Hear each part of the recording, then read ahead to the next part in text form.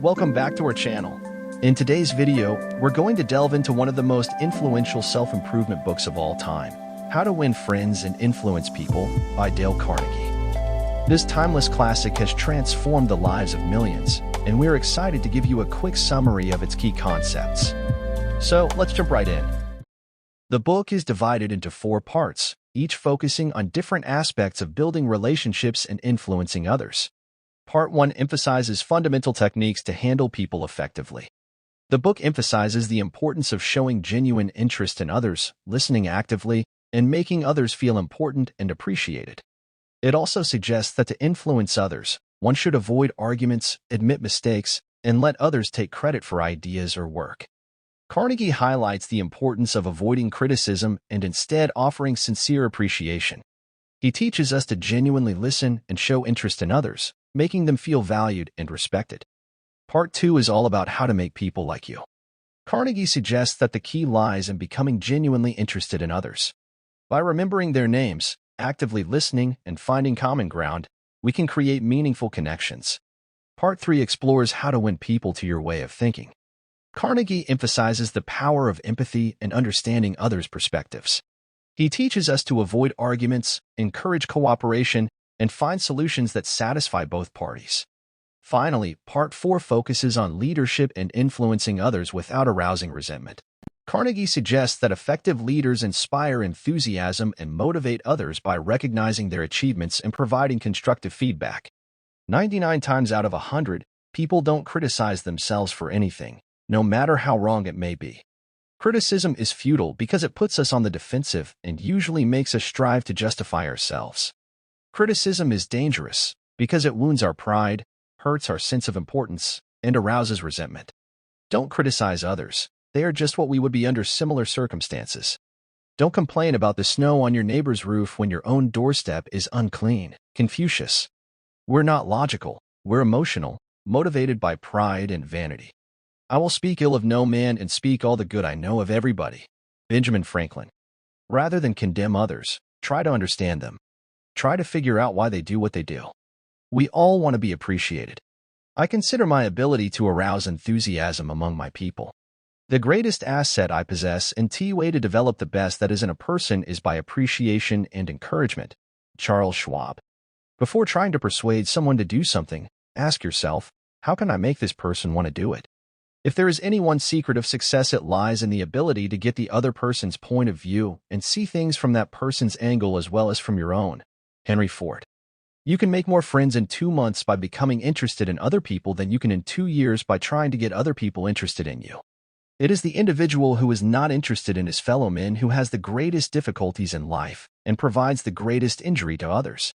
It is from amongst such individuals that all human failures spring. Encourage others to talk about themselves. Always make the others feel important.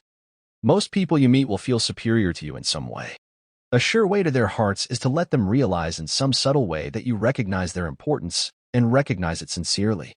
Talk to people about themselves and they will listen for hours. Disraeli. If you argue and rankle and contradict, you may achieve a victory sometimes, but it will be an empty victory because you will never get your opponent's goodwill. How to keep a disagreement from becoming an argument. Welcome the disagreement.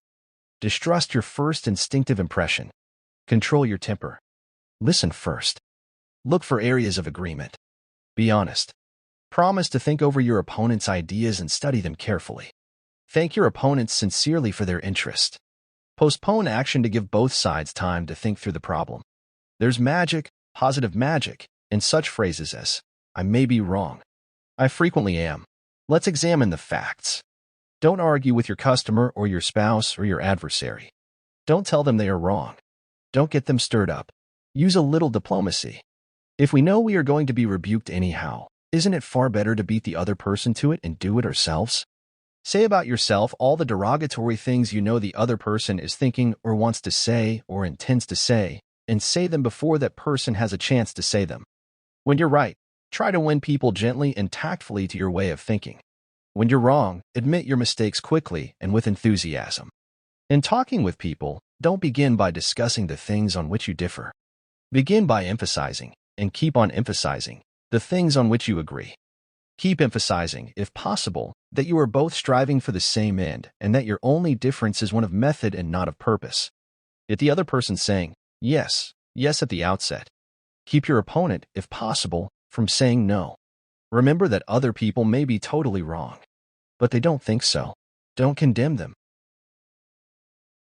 Any fool can do that. Try to understand them. Only wise, tolerant, exceptional people even try to do that. How to stop arguments, eliminate ill feeling, create goodwill, and make the other person listen attentively. I don't blame you one iota for feeling as you do. If I were you, I would undoubtedly feel just as you do. 3/4 of the people you will ever meet are hungering and thirsting for sympathy.